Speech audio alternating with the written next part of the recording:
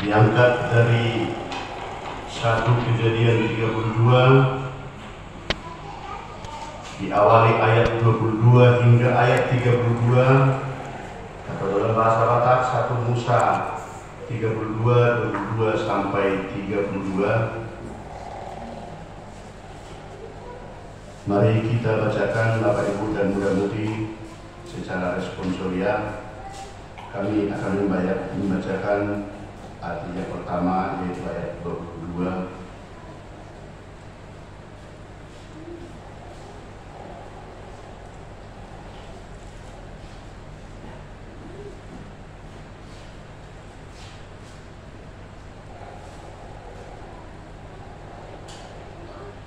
Pergumulan Yakub dengan Allah.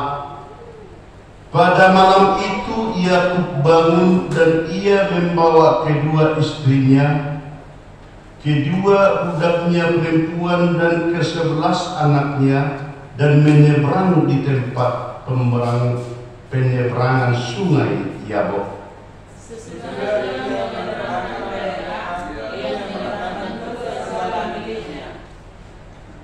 Lalu tinggallah Yakub seorang diri, dan seorang laki-laki bergulat dengan dia sampai fajar menyingsing.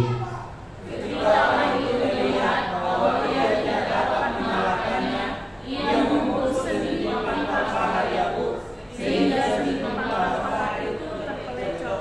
Ketika ia bergulat dengan orang itu, lalu kata orang itu, biarlah aku pergi, karena fajar telah menyingsing.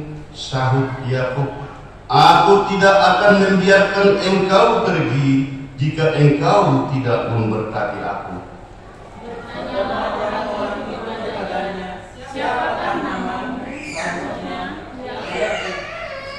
Lalu kata orang itu, namamu tidak akan kusebutkan lagi Yakub, tetapi Israel, sebab engkau telah bergumul melawan Allah dan manusia, dan engkau menang. Bertanyalah Yakub, katakan juga namamu. Tetapi sahutnya, mengapa engkau menanyai namaku? Lalu diberkatinya Yakub di situ. Yakub menamai tempat itu Peniel, sebab katanya, aku telah melihat Allah berhadapan muka, tetapi nyawaku tertolong. Lalu berangkatlah kepadanya matahari terbit ketika ia telah melewati Peniel, dan Yakub pincang karena lapar. Itulah sebabnya sampai sekarang orang Israel tidak memakan daging yang menutupi sendi pangkal paha, karena dia telah memukul sendi pangkal paha Yakub pada otot pangkal pahanya. Demikian firman Tuhan, kita nyanyikan.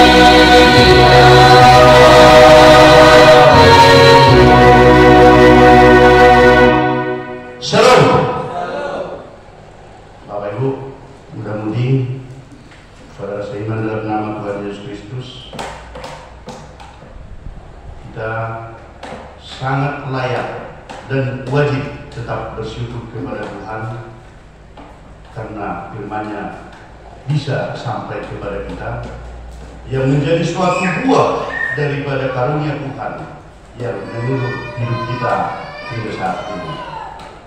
Tanpa kita sadari, ternyata sudah 10. Sebentar lagi sudah akan kita lewati, sudah akan memasuki Natal ternyata. Tidak terasa perputaran itu tadi, kita sudah mau diperhadapkan ke pesta besar, dan kita akan diperhadapkan ke tahun yang akan Tuhan berikan kepada kita. Dan disitulah disampaikan biasanya nats yang seperti yang kita bacakan sekarang merupakan suatu pergumulan yang begitu besar dalam perjalanan waktu demi waktu, Bapak Ibu. Seperti yang kita lihat tadi, yang nama Yakub. Dalam persiapan khotbah kita di saat ini, sebenarnya ini bukan khotbah yang baru kita dengarkan, tetapi sudah betul-betul yang sudah berulang-ulang kita terima dari para pengkhotbah ataupun daripada para hamba Tuhan. Yang menjadi suatu pertanyaan kepala pemikiran saya, isi dosa tikos nanadi hatahun bahwa nomor rambut yang bergulat dengan nama Yakub ini. Saya teringat Bapak Ibu, sekitar tahun 74-75 ada lebu kami di sekolah ini menjadi suatu bahan iman untuk mempermudah penjelasan daripada firman Tuhan saat ini. Tasimot mau disi amang roh tamnena ada murid denami di sekolah minggu di hutan, membekali iman yang saya pegang sampai sekarang. Marsirang lo si Jakob di topi ni ayat jabot dohok suruh-suruhan ni Jehovah di Batam. Ada kelanjutannya, tapi saya sudah lupa. Mungkin nasi Tuhan Malik masih ingat. Ini lagu sekolah minggu, dan itulah jawabannya. Seturut dengan banyaknya pemikiran dan banyaknya pekerjaan, hampir siapa ini sebenarnya laki-laki yang bergumul atau yang bergulat dengan si Jakob ini. Bahkan teringat lagi sepertinya beberapa minggu yang lewat, di saat anak-anak ada permainan yang dikatakan itu masih Jakob. Itu kelebihan dari iman orang yang besar di kampung halaman kita dengan di perserahan. Di siang nama saya anggota menang ini ditutup, sah ditutup penglihatan daripada seseorang yang akan dikejar. Ini ditutup rapat-rapat, dan yang mengejar tetap ditutup seperti ini. Yang mau mengejar mengatakan, "Hai Jakob, di mana kau?" Ini sama-sama ditutup matanya. Yang menang si Jakob yang dikejarkan disodol, dikejar macam mana yang tidak bisa melihat kedua belah pihak, tetapi harus dilaksanakan dengan cara mata tertutup.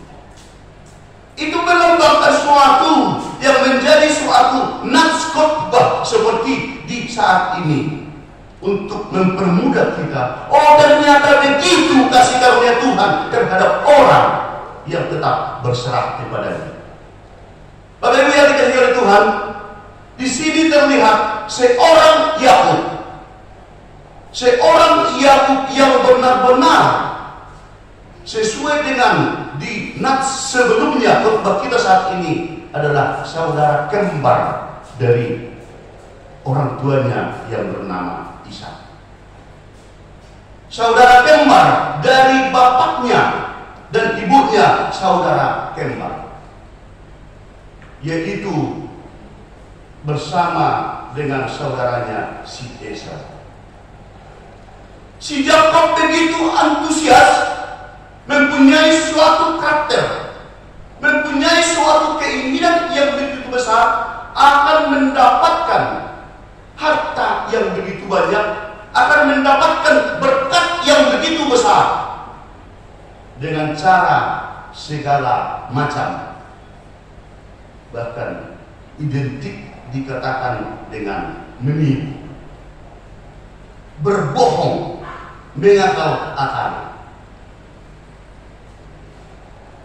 Yakub melaksanakan suatu cara itu, membohongi bapaknya yang namanya Ishak dengan pamannya si Laban. Ternyata dengan rasa ambisinya, ternyata bisa dikatakan Yakub bisa menjadi orang besar dan menjadi orang kaya. Di suatu ketika bahwa ada rencana saudara kembarnya, ada rencana saudaranya Esau akan menemui si Yakub dengan pasukannya ada hingga 400 orang. Kalau di bahasa sekarang Bapak Ibu dan muda-mudi, itu yang membuat si Yakub situasi seperti bahasa sekarang gundah gulana atau galau betul-betul ketakutan dan merasa tidak nyaman, walaupun bisa dikatakan dia sudah menjadi orang yang kaya dan yang besar. Dengan kegalauan daripada si Yakub, dengan kepusingan daripada pemikiran si Yakub, dengan rasa ambisi supaya mendapat berkat itu tadi diperlaksanakan atau dilakukan kegiatan apapun yang penting saya dapatkan, walaupun dengan cara berbohong, walaupun dengan cara menipu, walaupun dengan cara yang macam-macam, yang penting ku miliki ini sesuai berkat yang saya inginkan dalam prinsip dan hidup saya. Langkah apa Bapak Ibu dan muda-mudi yang diambil oleh Yakub dengan mendengarkan informasi bahwa saudaranya yang bernama Esau mau menemui dia bersama dengan anggotanya yang hingga 400 orang. Yakub menyelamatkan keluarganya. Yakub menyelamatkan anak-anaknya untuk menyeberangkan ke arah yang jauh, sehingga dia tinggal sendiri. Setelah yang seperti yang kita bacakan tadi, dua perempuannya yang ada diselamatkan bersama dengan 11 keturunannya diberangkatkan menyeberang, dan dia tinggal sendiri. Ternyata di saat mulai malam hingga pagi mereka bergulat dengan sekuat tenaga mereka. Maka dikatakan itu tadi suatu pertanyaan yang besar. Siapa sebenarnya laki-laki yang datang bergulat dengan dia tadi? Berdasarkan yang dikatakan sesuai dengan Hosea 12 ayat 6, sesungguhnya yang bergumul dengan dia itu di malam hari itu adalah malaikat Allah. Sesungguhnya yang betul-betul yang tidak mau melepaskan dan tidak mau dilepaskan oleh Yakub itu tadi adalah malaikat Allah. Itu menjadi suatu hubungan yang begitu akrab dengan yang sudah diajarkan guru sekolah minggu saya dulu, Marsirangu sejak di Topini Al Jawa, dohot suruh-suruhan di Jehovah di mana. Para yang dikasihi Tuhan, hal ini membuatkan suatu penjelasan yang begitu akurat, walaupun di dalam awalnya bahwa apa arti Yakub itu bisa dinyatakan seorang penipu, pembohong, itu menjadi suatu arti Yakub setelah mereka betul-betul berbolak-balik satu malaman itu bergulat dengan yang sudah bisa dikatakan dengan malaikat Allah mengatakan lepaskanlah saya. Lepaskanlah saya. Dan Yakub mengatakan tidak mau melepaskan sebelum kamu memberkati saya. Dan paha, kalau di bahasa Batak dikatakan itu tadi. Jadi dibayas Jakob magor ni parsiran tani paniel ainung mata kaswida apala bohi dewata jala madu terdiku dungi na di 10 wanai panieli bisa mematani hari di ibana HP mekatekat ibana dibayar soitna. Soit yang dikatakan termasuk di atas paha itu tadi, pergelangan itu tadi bertemunya dengan tubuh merupakan suatu kekuatan yang sangat besar.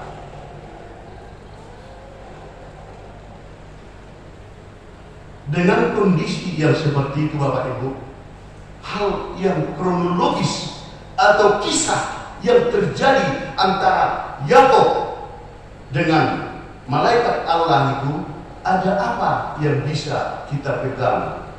Ahana boy putih hatta senturfuk nijamidata di bagasan skenario.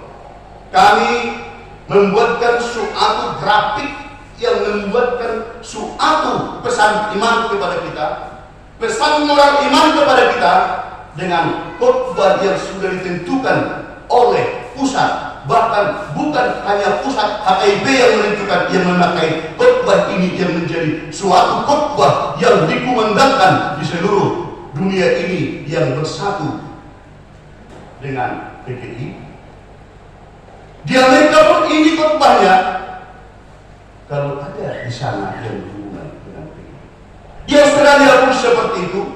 Dan ini yang terjadi, yang disampaikan di rumah Kudus di HKIP Penerangan Jambi. Mari kita lihat Bapak Ibu, yang pertama sekali pesan iman kepada kita yaitu jadilah pemimpin yang bijaksana. Dikatakan dengan nats kepada kita, jadilah pemimpin yang bijaksana. Kenapa? Karena dengan suatu karakter yang ada di Yakub, seorang uluan ni keluargana, selaku uluan ni keturunanna, seorang bapak di dalam keluarga itu tadi, dia bertanggung jawab, dia betul-betul mempunyai suatu cara, dia mempunyai suatu tanggung jawab moral yang besar, bahwa di dalam kegalauan dia, di bagasan katautan nih si Jakob diselamatkan imana do ia nak naon dohor keluargana seluruhna menyebar. Ada saatnya Bapak Ibu, dan saya sendiri pun sering melaksanakan yang seperti ini. Kalau saya sudah pusing, nunggu pojok pemikiranku, terlalu banyak problem yang saya hadapi, mau saya menyendiri di suatu tempat yang tidak bisa ditemui orang. Saya pun melaksanakan yang seperti itu Bapak Ibu. Seperti itulah kira-kira yang dilaksanakan oleh Yakub setelah menyelamatkan keluarganya, menyeberangkan keluarganya, dan dia pun tinggal sendirian. Dan di saat itulah datang malaikat Allah bergumul, meranggut, dan Yakub pun tidak mau melepaskan. Selaku uluan ni keluargai, Yakub betul-betul membuatkan suatu strategi, membuatkan suatu hal yang terbaik dengan keluarganya. Biarlah saya menanggung resiko atas ulah saya sesuai dengan nama saya, yaitu Yakub, yang didefinisikan seorang penipu, tetapi ini saya selamatkan. Dia pun menyadari bahwa selama ini dia tidak benar, tidak sesuai yang dikehendaki Allah. Jadi idola lo tak menang, lo tak bereng, lo diperlulun di dalam satu tubuh. Ya mungkin cara lo tak bereng berjalan seada jorma dan adong guna. Bisa jadi yang tidak punya kaki banyak kita lihat, yang tidak punya tangan dua-duanya atau satu tidak ada tangannya, ada kita lihat. yang tidak punya kaki dua-duanya, sampai ke pergelangan ini ada kita lihat. Tetapi sampai sekarang kalau saya sendiri belum pernah melihat jelma berderet nasional guna. Saya yang berita berderet jelma alai guna tahu. Saya juga belum pernah.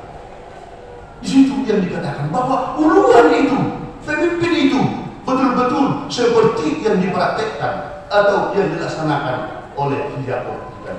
Menjadi seorang pemimpin atau uluan di keluarga, dia dinyatakan menjadi seorang pemimpin yang bijak, yang bertanggung jawab. Laos sonima tuhida seteri tuhida akaama negara uluan di keluarga itu. Ternyata kita diperintahkan oleh khotbah ini supaya kita semakin bertanggung jawab dan betul-betul semakin memberikan yang terbaik terhadap keluarga.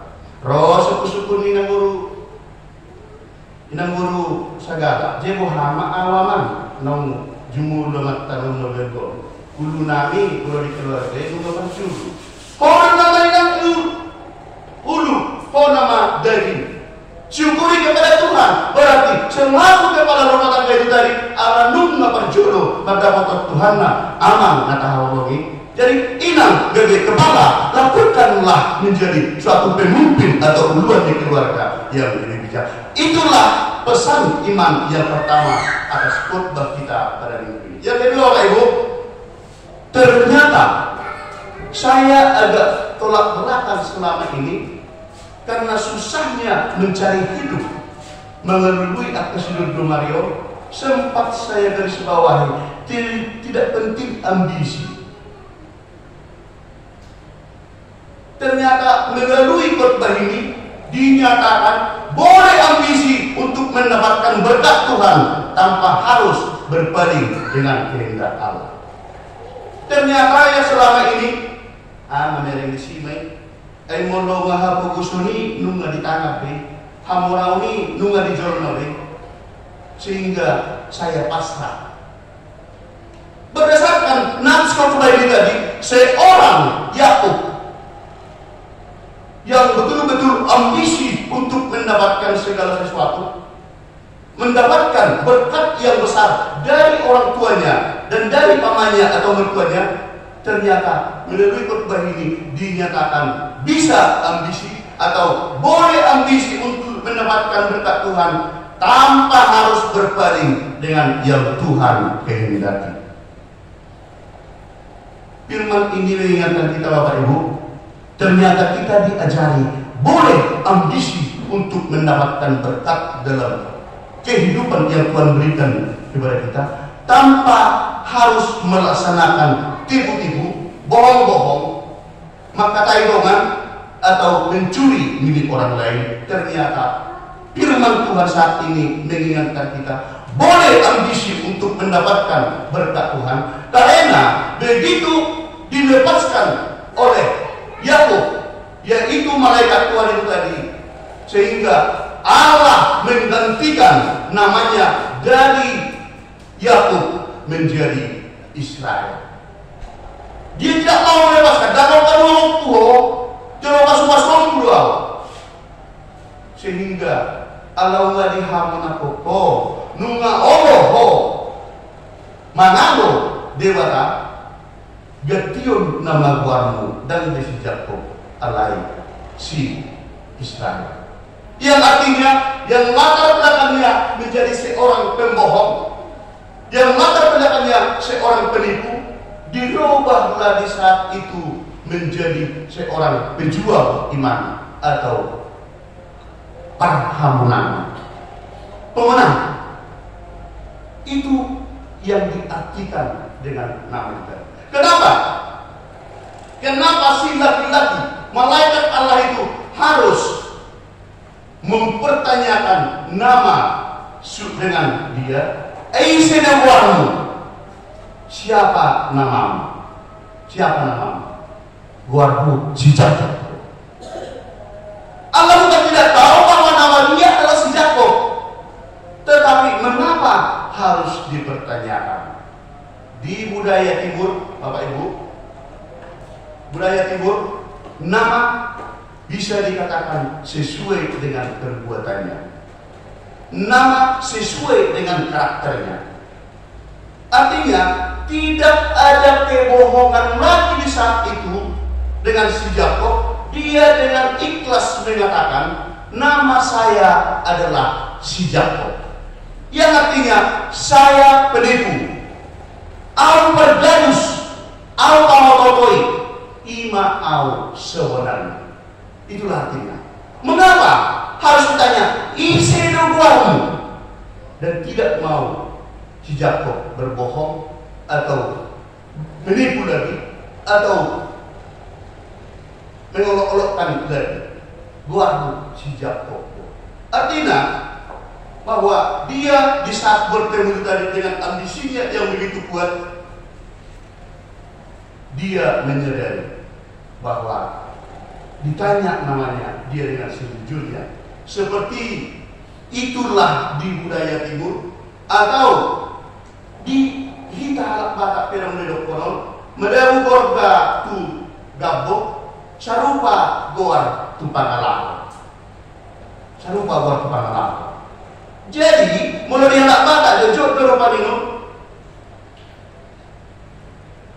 Ada orang yang namanya seperti nama saya si Pandingokan, tapi selalu lupa.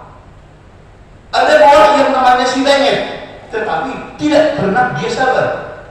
Berbeda dengan orang Timur. Kira-kira seperti itulah yang kita bacakan itu tadi. Malaikat Allah yang bergumul dengan si Yakob itu tadi mempertanyakan dengan dia, isi doamu, siapa namamu? Dan dia mengatakan, nama saya si Yakob.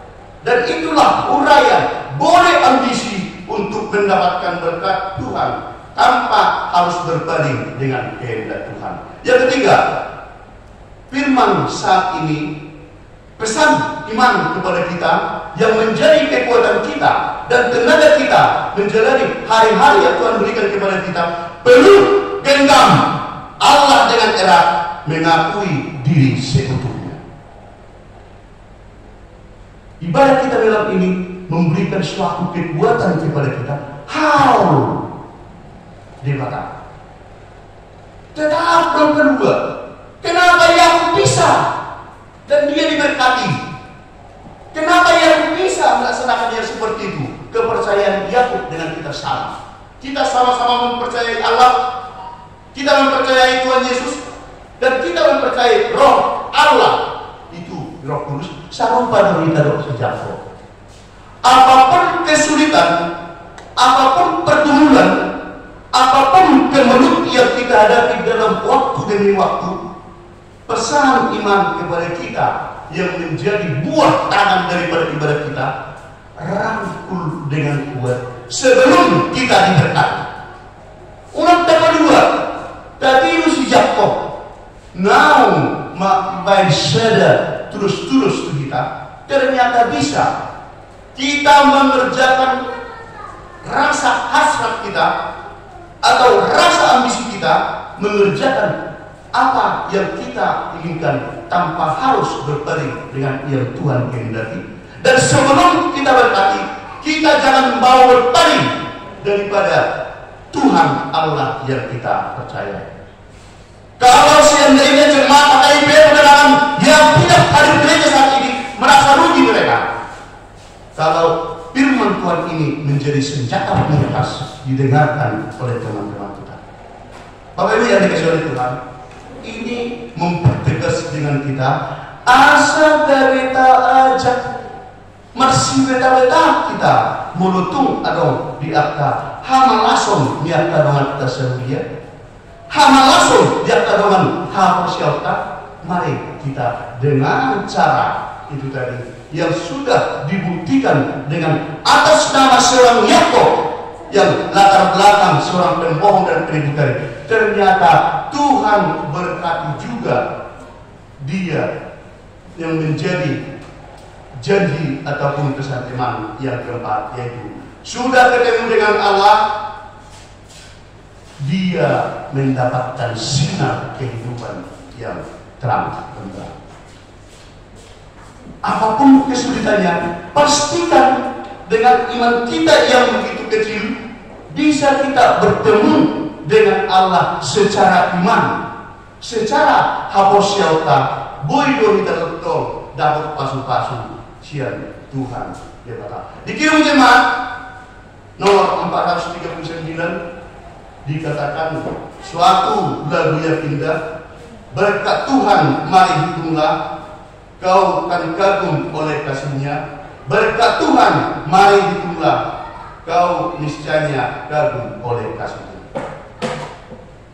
Agar kita yakin dan percaya, mari kita nyanyikan dengan genang bahwa apapun kondisi kesulitan yang kita hadapi, apapun kemelut yang kita hadapi, berkat Tuhan akan tetap mengalir kepada kita, dan mari kita harapkan tetap kuasa dan kehebatan Tuhan kita. Kita nyanyikan, silakan. Kalau di BN 5:12.